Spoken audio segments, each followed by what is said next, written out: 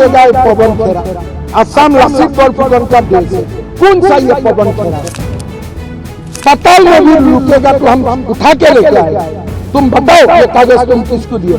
आप करिए ना केस, चुनौती देकर जा रहे हैं, गुवाहाटी में बैठकर चुनौती दे रहे हैं, करिए केस, खुलवाइए कोर्ट, आपकी तो बहुत चलती है। सुनो,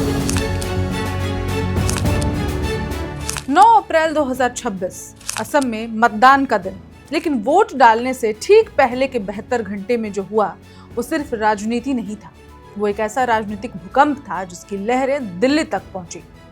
असम पुलिस दिल्ली के निजामुद्दीन इलाके में कांग्रेस नेता पवन खेड़ा के घर पर दस्तक देती है। 3 देशों के पासपोर्ट, दुबई में संपत्ति, अमेरिका में कंपनी, ये वो आरोप थे जिन्होंने असम के मुख्यमंत्री हिमंता बिस्वा शर्मा को उनके सबसे बड़े चुनाव से ठीक पहले घेर लिया था। लेकिन क्या ये आरोप सच हैं? क्या ये राजनीतिक रणनीति है? और सबसे बड़ा सवाल, इन सब का असम के चुनाव पर क्या असर पड़ेगा? आज हम समझेंगे पूरा विवाद क्या है, कैसे बना बड़ा सियासी मुद्दा, शर्मा का कांग्रेस से बीजेपी तक का सफर, सीएम बनने तक की पूरी राजनीतिक कहानी, खेड़ा के बयान से बीजेपी को कितना नुकसान पहुंच सकता है। नमस्कार, मेरा नाम है ऋचा पराशर और आप देख रहे हैं वन इंडिया का ये खास प्रोग्राम आज का एक्सप्लेनर। 5 और 6 अप्रैल 2026 के बीच कांग्रेस प्रवक्ता पवन खेड़ा और एमपी गौरव गोगोई ने एक के बाद एक प्रेस कॉन्फ्रेंस की। आरोप था कि मुख्यमंत्री हिमंता बिस्वा शर्मा की पत्नी रिनकी भुइयां शर्मा के पास 3 देशों के पासपोर्ट हैं, यूएई, एंटीगुआ बारबुडा और मिस्र। इसके साथ ही कांग्रेस ने आरोप लगाया कि शर्मा परिवार ने दुबई में संपत्ति और अमेरिका में एक कंपनी को अपने चुनावी हलफनामे में छिपाया है। पवन खेड़ा ने चुनाव आयोग से शर्मा का नामांकन रद्द करने तक की मांग कर दी, लेकिन शर्मा का जवाब भी उतना ही तीखा था।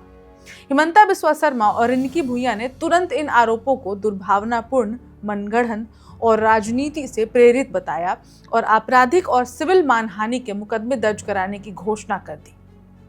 शर्मा ने दावा किया कि ये दस्तावेज स्क्रिप्ट से चुराए गए हैं और नकली एआई अभियान के तहत गलत तरीके से इस्तेमाल किए गए।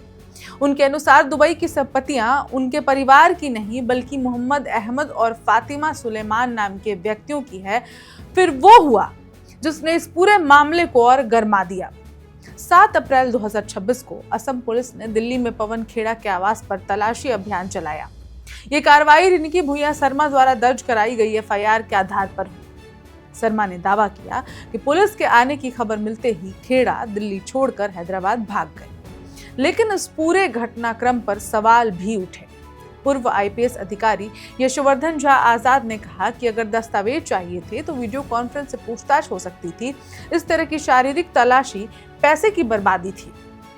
वहीं वरिष्ठ पत्रकार जावेद अंसारी ने कहा कि दोनों पक्ष चुनाव से पहले अपनी अपनी कहानी बना रहे हैं। एक और अहम सवाल उठा, जबकि खेड़ा के खिलाफ एफआईआर पर त्वरित कार्रवाई हुई, वहीं शर्मा के खिलाफ नामांकन रद्द करने की शिकायत पर कोई ऐसी तत्परता नहीं दिखाई गई। तो ये तो थी अब तक की कहानी, लेकिन चलिए इसके बाद आपको बताते हैं सबसे इंटरेस्टिंग चैप्टर, वो है हिमंता बिस्वा शर्मा का सियासी सफर। 1 फरवरी 1969 को असम के जोरहाट में जन्मे हिमंता बिस्वा शर्मा की राजनीतिक यात्रा की शुरुआत कॉटन कॉलेज की छात्र राजनीति से हुई। वे कॉलेज छात्र संघ के महासचिव बने और यहीं से उनकी सियासी पारी का पहला अध्याय लिखा गया। बचपन से ही वे असम आंदोलन के बड़े नेताओं जैसे कि प्रफुल्ल कुमार महंता के करीब रहे। वे आंदोलन के दौरान संदेश पहुंचाने का काम करते थे, क्योंकि वो बच्चे थे। बच्चा होने के नाते पुलिस की नजर उन पर नहीं पड़ती थी।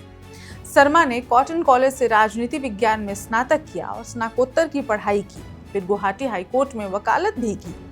2006 में उन्होंने गुवाहाटी विश्वविद्यालय से नॉर्थ ईस्ट काउंसिलिंग पर पीएचडी भी पूरी की। 2001 में उन्होंने कांग्रेस के टिकट पर जलूकबाड़ी से विधानसभा से पहली बार जीत दर्ज की। इसके बाद 2006 और 2011 में भी वे कांग्रेस से ही जीते। तरुण गोगोई की सरकार में उन्होंने स्वास्थ्य, वित्त, शिक्षा जैसे अहम विभाग भी संभाले। लेकिन 2014 में जो हुआ वो असम की राजनीति का सबसे बड़ा मोड़ बना। कांग्रेस छोड़ी, बीजेपी में गए और पलट दी पूरी तस्वीर। शर्मा के अनुसार 2014 में वे मुख्यमंत्री बनने के बेहद करीब थे। सोनिया गांधी ने कथित तौर पर उनका समर्थन भी किया था और अधिकतर एमएलए उनके साथ थे। लेकिन राहुल गांधी के हस्तक्षेप ने पासा पलट दिया। उन्होंने 2015 में कांग्रेस इसलिए छोड़ी क्योंकि उन्हें लगा कि तत्कालीन मुख्यमंत्री तरुण गोगोई अपने बेटे गौरव गोगोई को आगे बढ़ा रहे हैं। बीजेपी में जाना एक बड़ा जोखिम था, लेकिन इसने उनकी किस्मत बदल दी। बीजेपी ने उन्हें NEDA यानी कि नॉर्थ ईस्ट डेमोक्रेटिक अलायंस का संयोजक बनाया। इस भूमिका में उन्होंने अरुणाचल, मणिपुर, त्रिपुरा और मेघालय में बीजेपी का विस्तार किया। 2016 में बीजेपी ने असम में 15 साल बाद कांग्रेस को सत्ता से उखाड़ फेंका। 126 सीटों में 60 बीजेपी को मिली। इस ऐतिहासिक जीत के पीछे शर्मा की रणनीति का सबसे बड़ा हाथ माना जाता है। 2021 के चुनाव में बीजेपी की एक बार फिर जीत हुई और इस बार शर्मा को खुद मुख्यमंत्री बनाया गया। 10 मई 2021 को उन्होंने असम के 15वें मुख्यमंत्री के रूप में शपथ ली। सीएम बनने के बाद का सफर, उपलब्धियां और विवाद। सीएम बनने के बाद शर्मा ने मिशन वसुंधरा लॉन्च किया, जिसका उद्देश्य भूमि और संपत्ति से जुड़े मामलों को सुलझाना था। उन्होंने राज्य द्वारा वित्त पोषित 740 मदरसों को सामान्य स्कूल में बदलने का फैसला किया।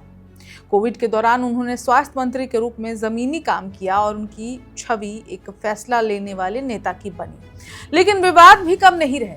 उन पर लुइस बर्जो स्कैम और शारदा चिट फंड घोटाले में शामिल होने के आरोप लगे। हालांकि वे इन सभी मामलों से बाहर निकलने में कामयाब रहे।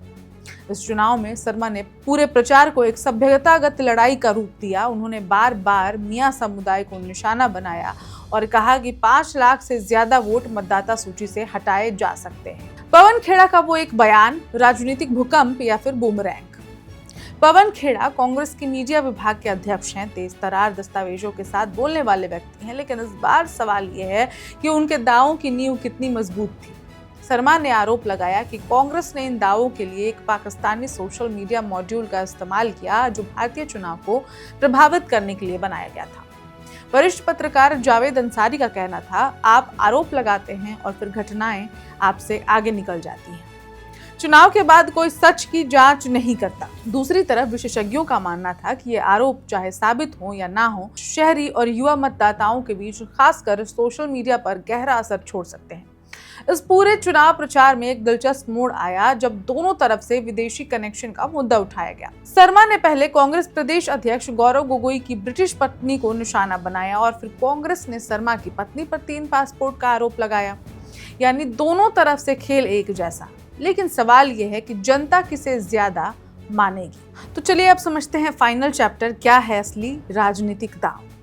असम में ये चुनाव सिर्फ बीजेपी बनाम कांग्रेस का नहीं है, ये हिमंता बिस्वा शर्मा की व्यक्तिगत साख की भी लड़ाई है। शर्मा खुद 100 से ज्यादा सीटें जीतने का दावा कर रहे हैं, लेकिन पासपोर्ट विवाद ने उनकी छवि पर सवाल खड़े कर दिए हैं। वो नेता जो दूसरों के विदेशी कनेक्शन पर हमला करते थे, अब खुद उसी आरोप में घिरे हैं। राजनीतिक विश्लेषकों का कहना है कि इस तरह के आरोप भले ही कानूनी रूप से साबित ना हो पाए, मतदाताओं की धारणा को प्रभावित करते हैं, खासकर तब जब वे पहले से मौजूद शक की जमीन पर गिरे। और यही वो जगह है जहां राजनीति, कानून और चुनाव तीनों एक साथ टकराते हैं और इस केस में भी ऐसा टकराव दिखाई दे रहा है। तो अब सवाल ये है, 4 मई को जब मतगणना होगी तो क्या असम की जनता इस पूरे पासपोर्ट विवाद को याद रखेगी या फिर रोजगार, बाढ़, महंगाई जैसे असली मुद्दों उस पर वोट देगी और वही वोट तय करेंगे। एक बात तो तय है, हिमंता बिस्वा शर्मा असम की राजनीति के सबसे चतुर खिलाड़ी माने जाते हैं। वे कांग्रेस में रहे, बीजेपी में आए, पूर्वोत्तर बदल दिया और सीएम बने। लेकिन इस बार चुनाव के आखिरी दिनों में जो बवाल हुआ, उसने ये सवाल जरूर खड़ा कर दिया है, क्या एक मजबूत नेता की सबसे बड़ी कमजोरी उसकी अपनी आक्रामकता हो सकती है? सभी सवालों के जवाब 4 मई को मिलने वाले हैं। आज के एक्सप्लेनर के इस एपिसोड में इतना ही, लेकिन ये एपिसोड कैसा लगा कमेंट करके जरूर बताइए। फिर मिलेंगे एक ऐसे ही एपिसोड के साथ, तब तक देखते रहिए one India Hindi. Subscribe to One India and never miss an update. Download the One India app now.